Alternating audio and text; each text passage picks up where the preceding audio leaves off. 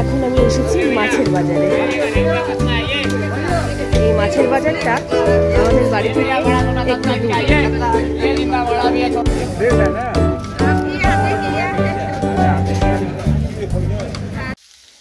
নমস্কার, max video নতুন একটা ব্লগে আপনাদের সকলকে স্বাগত জানাই। আজ 29 ডিসেম্বর, রবিবার। এখন বাজে সকাল 9:15। এখন থেকে আমি আমার আজকের ব্লগটা শুরু করছি। আজকে সকালে আমি একটু তাড়াতাড়ি ঘুম থেকে উঠেছি, এই 5:30 পৌনে 6টা নাগাদ।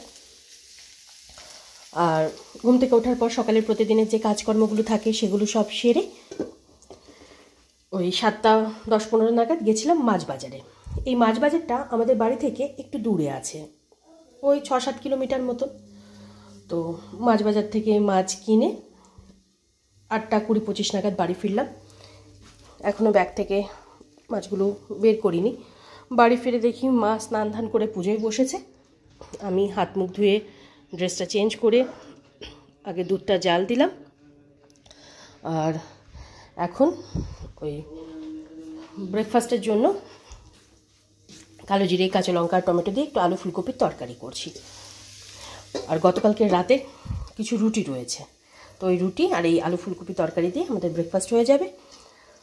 তুলতুল এখনও ঘুম থেকে ওঠেনি, আগে ওর ব্রেকফাস্টটা বানিয়ে নিই, তারপরে ওকে ঘুম থেকে ওঠাবো। তখন তুলতুলের জন্য ব্রেকফাস্টটা বানিয়ে রেখে তারপর ওকে ঘুম থেকে ওঠালাম। আর ঘুম থেকে ওঠার পর ওর প্রতিদিনের যে কাজকর্মগুলো থাকে সেগুলো সব সেরে এই কিছুক্ষণ আগে ব্রেকফাস্ট করিয়ে দিয়েছি। আর মা এদিকে পুজো সেরে 1 কাপ চা খেয়ে নিজের কাজে লেগে পড়েছে। এখন মা এই মাছগুলো বেছে ধুয়ে রাখছে। আর ওদিকে আমার আলু ফুলকপির তরকারিটাও হয়ে গেছে।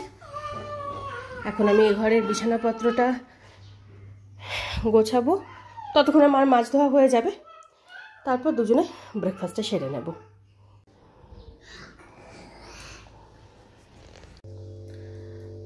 তখনও ঘরে বিছানাপত্রটা গুছিয়ে রেখে কম্বল আর বালিশগুলো রোদে দিয়ে ঘরে এসে মা আর আমি দুজনেই ব্রেকফাস্ট সেরে নিয়েছি। আর এখন দুপুরে রান্নার জন্য সবজিপাতিগুলো সব কেটে ধুয়ে মাকে গুছিয়ে দিচ্ছি। তখন সবজিপাতিগুলো কেটে ধুয়ে মাকে গুছিয়ে দিয়ে তুলতুলের জন্য এখানে একটু কমলা লেবুর রস করে নিয়েছি। আর এখানে মা দুপুরে রান্নাটা বসিয়ে দিয়েছে। আজকে 1টা 2টো এরকম করতে করতে প্রায় 3-4 রকম রান্না বান্না হয়ে যাবে। মূলো শাকটা ভাজা হয়ে গেছে, এখানে মাছের মুড়োগুলো ভাজা হচ্ছে। আর পুঁই শাকের চচ্চড়ি হবে, তো এখানে পুঁই শাকটা হচ্ছে। আর আজকে মাছ বাজার থেকে একটু লইট্টে মাছ, একটু পমফ্রেট, পাবদা আর শোল, এই 4 রকম মাছ এনেছি। তবে সব মাছই ওই 250-300 এরকম করে এনেছি। তো আজকে শুধু 2টো মাছই রান্না হবে, এই লইট্টে আর পমফ্রেট। আর তুলতুলের জন্য ওই পাবদা মাছ, একটা পাবদা মাছের ঝোল করে দেওয়া হবে। এখানে আলু আর পেঁপেটা কাটা হয়েছে, কালো জিরে কিংবা জিরে ফোড়ন দিয়ে ওর জন্য ঝোলটা বানিয়ে দেব। তুলতুলের বাবা এই সবে মাত্র আসলো, এখন দুজনে খেলা শুরু করেছে। তার আগে এই লেবুর রসটা খাইয়ে দিই। এখন বাজে 1টা 10। আর এদিকে আমাদের দুপুরে রান্নাবান্না প্রায় কমপ্লিট, শুধু ভাতটা হলেই হয়ে যায়। এখানে আছে বেগুন দিয়ে মূলো শাক ভাজা, লোটে মাছের ঝুড়ো, পমফ্রেট মাছের সর্ষে পোস্ত আর মাছের মুড়ো দিয়ে পুঁই শাকের চচ্চড়ি। এই পুঁই শাকের চচ্চড়িতে মাছের মুড়ো ছাড়াও একটু বেগুন, মূলো, আলু এগুলো সব দেওয়া আছে। আর কিছুক্ষণ আগে আমি তুলতুলের জন্য কালো জিরে ফোড়ন দিয়ে আলু আর পেঁপে দিয়ে পাবদা মাছের ঝোলটা বানালাম। আর এইসবের এক ফাঁকে তুলতুলকে স্নান ধান করিয়ে রেডি করে দিয়েছি। তুলতুলের বাবার একটু তাড়া ছিল, তাই তুলতুলের বাবাকে একটু চচ্চড়ি আর একটা মাছ ভাজা দিয়ে দিলাম। উনি বাড়িতে গিয়ে ভাতটা করে নেবে।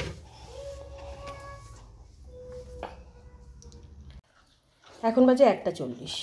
আর তখন ওদিকে ভাতটা হচ্ছিল আর আমি এদিকে টুকিটাকি যে কাজগুলো ছিল সেগুলো সব সারছিলাম। ততক্ষণে ভাতটাও হয়ে গেছিলো।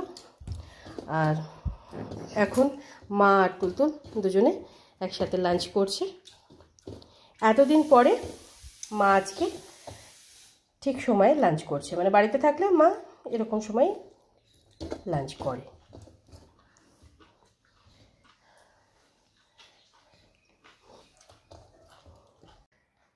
এখন বাজে 3:15 আর আজকে দুটো 5:10-এর মধ্যে মা তুলতুল ধানি তিনজনেরই লাঞ্চ কমপ্লিট হয়ে গেছিলো। লাঞ্চের পর তুলতুলের হাত মুখটা ভালো করে ধুয়ে মুছি প্রতিদিনের মতন আজকেও ও ঘরে বেডে শুয়ে দিয়েছিলাম। শুয়েও পড়েছিল, কিছুক্ষণ শোয়ার পর হট করে উঠে বলল দিদুনের কাছে যাবে। তো মা আবার ওকে নিয়ে এসে শুলো। এই কিছুক্ষণ আগেই দুজনে ঘুমালো, নাহলে এতক্ষণ দুজনেই বক বক করছিল।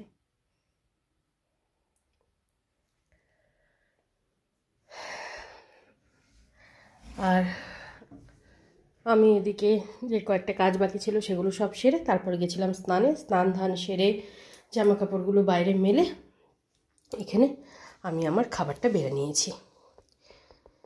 এবার লাঞ্চটা সেরে নেব, তারপরে বাদবাকি যে কাজগুলো আছে সেগুলো সব সারবো। এখন বাজে 4:20 আর তখন আমি লাঞ্চ করে সিঙ্কে কিছু বাসন কুসন রাখা ছিল, সেই বাসন কুসনগুলো মেজে ধুয়ে রেখে কিছু ভিজে জামা কাপড় বাইরে মেলা ছিল সেগুলো সব তুলে এনে স্টোর রুমে মেলে দিয়েছি। আর তারপর এদিকে আরও 2-1টা কাজ ছিল সেগুলো সব সেরেই সবে মাত্র উঠলাম। আর এবার দরজা জানলাগুলো সব বন্ধ সন্ধ করে তারপর একটু রেস্ট নিতে যাব। গুড ইভিনিং, এখন বাজে 6:55 আর তখন আমি এদিকের কাজকর্মগুলো সেরে এই 4:30 নাগাদ ও ঘরে গিয়ে একটু শুলাম। আধ ঘন্টা 40 মিনিট মতন একটু শুয়েছিলাম। তারপর মা উঠলো, মা উঠে হাত মুখ ধুয়ে ড্রেসটা চেঞ্জ করে সন্ধে দিল। আর আমি এদিকে 2-1টা কাজ ছিল সেগুলো সব সারলাম। তবে তুলতুল আজকে অনেকটা দেরিতে ঘুম থেকে উঠেছে, ওই 5:30 পৌনে 6টা নাগাদ ঘুম থেকে উঠলো। হ্যাঁ বাবা, দাঁড়া তোমার দুধটুকু নিয়ে আসি। হ্যাঁ, এবার তুলতুলকে দুধটুকু খাইয়ে দেবো। মা এদিকে চা করছে।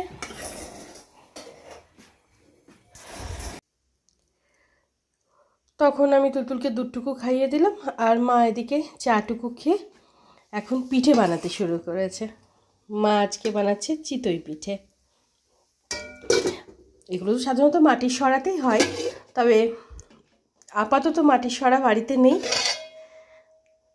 তাই মা যে উপস্থিত বুদ্ধিতে কাজে লাগিয়ে কড়াইতেই করে ফেললো। আমি বললাম যে আজকে সন্ধ্যাবেলা যাব, না হলে আগামীকালকে নিয়ে আসবো। তো মা বললেন কোনো দরকার নেই, এমন তো বানানো হবে না, মানে অত বেশি বানানো হবে না, হলে হয়তো 4-5টা মতো, তাই কড়াই হয়ে যাবে। আর গুড়টা ফ্রিজে আছে না? এই চিতই পিঠে ঝোলা গুড় তারপর চিকেন এগুলোর সাথে খেতে খুব বেশ ভালো লাগে।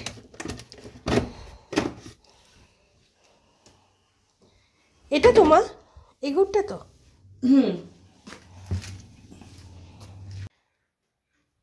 এখন বাজে 10:15 আর তখন তো মা চিতই পিঠে বানাচ্ছিলেন। তো কটা পিঠে শুকনো রেখেছে গুড় দিয়ে খাওয়ার জন্য, আর কয়েকটা পিঠে দুধে ভিজিয়েছে। আর তারপর মা আর তুলতুল দুজনে এই এতক্ষণ খেলা করছিল আর আমি একটু শুয়েছিলাম। এখন মা কটা রুটি করছে আর তুলতুলের দিকে খেলা করছে। এই যে সারা ঘরে খেলনাপাতি সব ছড়িয়ে ছিটিয়ে আছে। এবার আমি ও ঘরে বিছানাটা করব, তারপর মেন গেটে লক করব, স্কুটি তুলবো, এই কাজগুলো আছে।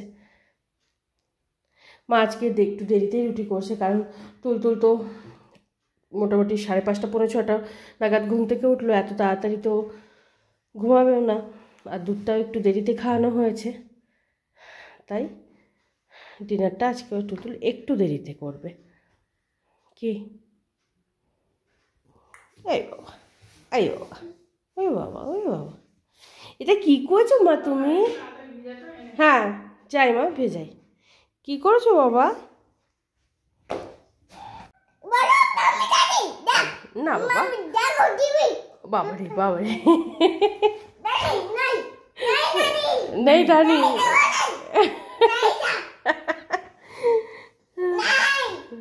আচ্ছা ঠিক আছে, আর বকতে হবে না। ও দিদুনের কাছে আদর খাচ্ছে বাবা, দেখেছো? কেন তোমার কাছে গেছে? আচ্ছা ঠিক আছে, ঠিক আছে, তুমি খেয়ে নাও মা, তুমি খেয়ে নাও। এখন বাজে 12টা 10, আর তখন মা রুটি কটা বানানোর পরে তুলতুলের জন্য রুটিটা গরম জলে ভিজিয়ে রেখে আমার রাতের প্রতিদিনের যে কাজগুলো থাকে সেগুলো সব সারলাম, এ ঘরে বিছানাপত্রটা করে তারপর মাকে খাবার বেড়ে দিলাম, তুলতুলকে দুধ রুটিটুকু খাওয়ালাম, ধানিকেও খেতে দিলাম। মোটামুটি 10টা 40, 11:45-র মধ্যে ওদের তিনজনেরই ডিনার কমপ্লিট হয়ে গেছিলো। আর ডিনারের পর তুলতুলের প্রতিদিনের যে কাজগুলো থাকে সেগুলো সব সেরে আজকে একটা মেডিসিন খাওয়ানোর ছিল, সে একটা মেডিসিন খাইয়ে এই যে এখন দিদুনের সাথে খেলা চলছে। এতক্ষণ ধরে দুজনে বকে যাচ্ছিল।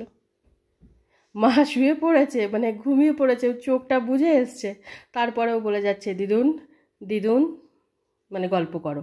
তবে মা আজকে বলেছিল যে ও আজকে অনেকটা দেরিতে ঘুমাবে, আমিও বুঝতে পেরেছিলাম, কারণ 5:30 পৌনে 6টা নাগাদ সন্ধ্যাবেলা ঘুম থেকে উঠলো। আর তারপরে আরেকটা ব্যাপার হলো, মা এবার অনেকটা দেরিতে এসেছে, সেই আগস্টে এসেছিলেন আর এই ডিসেম্বরে এসেছে। ব্যাস, ওর যে কত গল্প জমানো ছিল, কত কথা মায়ের সাথে ছিল। সকালে ঘুম থেকে ওঠার পর শুরু হয় দিদুন, সে যে কত ওর ভাষায় কি কি যে বলে আর কি কি না বলে। তবে একটা কথা যে এখনও বোঝাতে পারে সব কিছু, মানে মোটামুটি বোঝায় যে এটা হয়েছিল, ওইখানে গেছিল, অনেক গল্প, স্কুলের গল্প, বাড়ির গল্প। এবার মা যখন মানে ফিরে যাবে তখন মার তো মন খারাপ করবেই, তুলতুলেরও ভালো মন খারাপ করবে। গতকালকে তো কোনো রকমভাবে নিয়ে গিয়ে শুয়ে দিয়েছিলাম, ঘুম পাড়িয়ে দিয়েছিলাম। হ্যাঁ, আজকে বলছে দিদুনের কাছেই শোবে। তুই দিদুনের কাছে শুবি? শুবি না?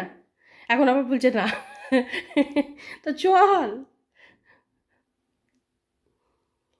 হয়েছে, দিদুনের সাথে গল্প হয়েছে, গল্প করেছো বাবা, চলো। আমার সাথে ও ঘরে গিয়েও শোবে না, এই হলো মুশকিল। যে ও ঘরে নিয়ে শোয়াবো ঠিক 5-7 মিনিট, তারপর দিদুন দিদুন করতে করতে আবার এই ঘরে চলে আসবে। আর এই ধানিটাও সেরকম, তিনজন এক জায়গায়। আবার মাঝে মাঝে তুলতুল আমাকে ওখানে শুতে বলে,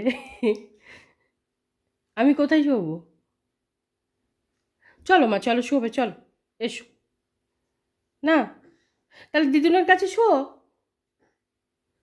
অনেক রাত হয়ে গেল তো। এই প্রায় দিন এরকম করছে।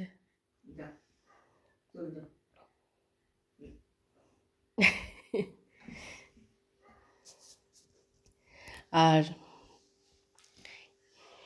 এবার ঠান্ডায় মানে মা আজকে প্রথম পিঠে বানালো, এই যে পিঠে বানানো শুরু করলো। এখন এই প্রতিদিন একটু একটু করে এটা না হলে মানে এই পিঠে না হলে ওই পিঠে ও হতেই থাকবে। আমি পিঠে অতটা ভালোবাসি না, তবে কখনো কখনো খুব খেতে ইচ্ছা করে, মনে হয় একটা দুটো হলে খুব ভালো হতো। মা আবার পিঠেটা খেতে ভালোবাসে, তবে ডাক্তারের অনেক বিধিনিষেধ আছে, সেজন্য এখন আর অতটা খাওয়া হয় না মারও। ও বা, চলো মা চলো। যাই হোক, একে কোনো রকম বুঝিয়ে শুনেও ঘরে নিয়ে গিয়ে ঘুম পাড়াই, নাহলে কত রাত যে হবে তার ঠিক নেই। তাই আজকের ব্লগটা আমি এই পর্যন্তই রাখছি। আজকের ব্লগটা আমি এখানেই শেষ করছি।